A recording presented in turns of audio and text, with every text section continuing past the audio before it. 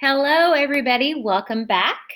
I hope you all had a very restful and enjoyable time off. But it is time to get back to work. Okay, so we're going to go ahead and get busy. We are starting on drama, as you can tell by the screen here. So, if you have your book, you can follow along. It's on page 295. If you do not have your book, I will show you how to get online here in just a few minutes. Everybody that's been in my class before already knows this. So, drama, the purpose of drama is to entertain an audience. Okay, the elements of a drama is there's always a cast of characters, which are the actors that are played on stage. There's a setting, a description of the time and place the action occurs. Dialogue, which is the character's speech and the character tags. So it's when people talk to each other. There's always stage directions, which is the instructions for actors, setting and description, and the structure, which is actions that can be organized to acts and scenes. Okay, the point of view is usually third person objective. So this is really the elements of a drama is really what we're going to zone in on. Okay, because a drama, this is the only drama are the only ones that have a cast of character and stage directions. Okay, every story that we read is going to have a setting.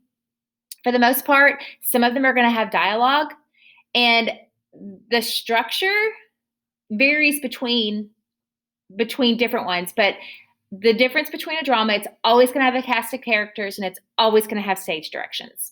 Okay, so we're going to go from there and move on. So let's go ahead and talk about that. And let's actually look at one. So here is an actual drama. And some of you may think of it as a play. Like some of you were actually in Annie or Little Mermaid. So I know that some of you have played in those before. And you guys have a firsthand knowledge of what it is that we're going to be looking at. So if you notice here, it has a cast of characters, and it has Zoe Price, a child prodigy and world-famous inventor. Daniel is a robot that Zoe invented.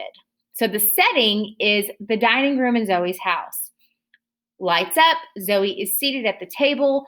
On it are an assortment of tools, screwdrivers, wire cutters, and soldering iron, and an oscilloscope. She is wearing overalls, and there are safety glasses hanging around her neck.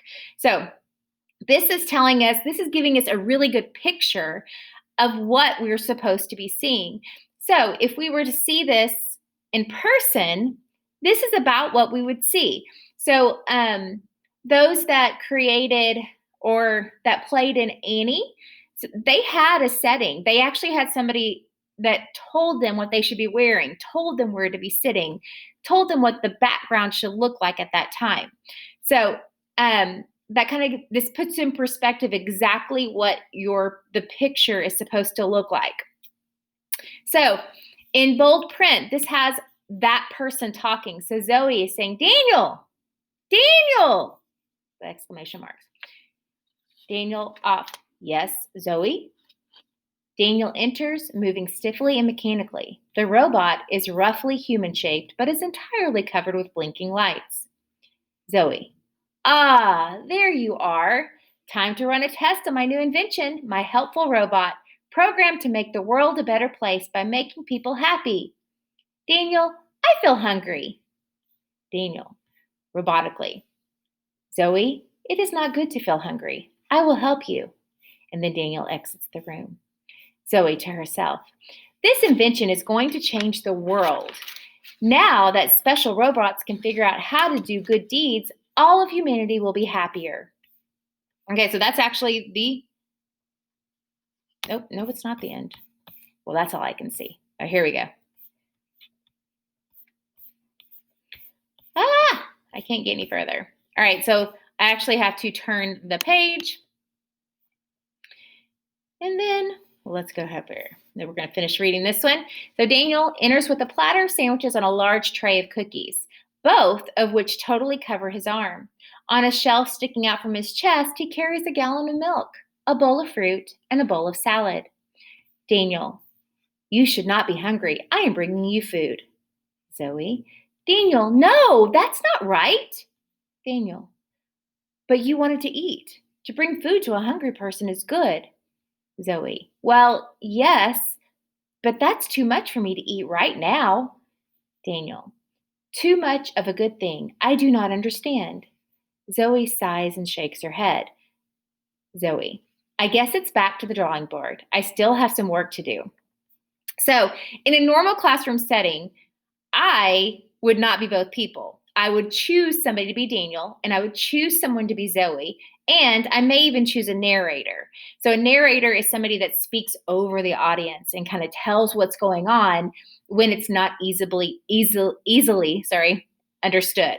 So, Zoe sighs and shakes her head. This is stage directions. This is what Zoe should be doing. Nobody's actually saying this out loud in the play. Okay, so I'm only reading it because I'm reading it to you right now. So the same thing goes here. This is what they should be doing. This is what should be happening at the time before Daniel says you should not be hungry. Okay, so there is very clear drama to me is the easiest out of them all to distinguish that it's a drama. And the reason being is because it has the stage directions. It has the dialogue, which has the people talking. Obviously, the person, if you were in the classroom and I chose somebody to be Daniel and I chose somebody to be Zoe, you would not say Zoe in front of your name. So you would only be saying, Daniel, no, that's not right. But you wanted to eat. To bring food to a hungry person is good. So I'm hoping you're getting the gist. It's a little hard to explain it online, but it will make it much easier. It'll make it easier when you actually see a play tomorrow. So we'll go ahead and your assignment for, actually, I wanted to tell you this too. The stage directions describe what the actors should be doing while they are talking. What information is included in the stage directions that is not in the dialogue? So in this case, it is everything that's the food that's on him, right? Okay, so for your assignment today, you're going to, if you have the book, you're going to be completing page 294 and 295. You're actually 295 is just the anchor chart that we just looked at. But on 294, there's a section in there that, and I'll be signing it to everybody, but you can do it in the book and take a picture of it if you are doing it in the book. And you're going to compare two genres and you're going to describe how they are similar. So to contrast explains how the purpose, elements, or structures of the genres. Remember, genres are like fiction and drama, nonfiction and fiction, okay?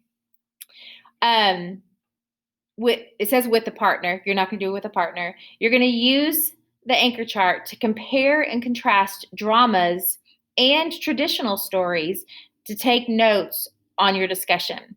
So all you're going to do is tell me the difference. This is really all I want to know. This is the gist of what I want to know. I want to know what the difference is between a traditional literature, which is like fairy tales, everything that we've learned before break, tall tales. Oh my goodness, I just went blank. All of those. So traditional literature.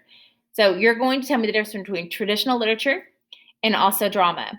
So we are actually starting a brand new book that is traditional literature. It's basically a fairy tale or an old wives' tale, a bunch of them together. So we'll be doing that in our read aloud starting tomorrow. So today, all you're going to be doing in that notes section, if you're doing it online, is telling me what the difference is between traditional literature and also drama, okay? And I've given you lots and lots of hints. So it's depending on how much you have actually paid attention to what I've been talking about, what you're going to write in there, okay? Again, if you have the book, just write it down in my notes, take a picture of it and send it in, or you can even put it in a personal comment to me, okay? Any one of those methods is great. I will see you guys tomorrow.